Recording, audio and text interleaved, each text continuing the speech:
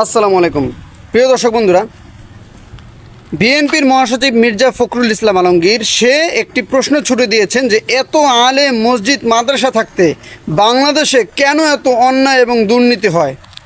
আমার কথা হচ্ছে, আপনারাই বলুন, আপনারা আমার একটা প্রশ্নের উত্তর দিন। সেটা হচ্ছে, কোনো মসজিদ মাদ্রাসায় বসে কি আইন পাশ করা কি সম্ভব? কখনোই সম্ভব না।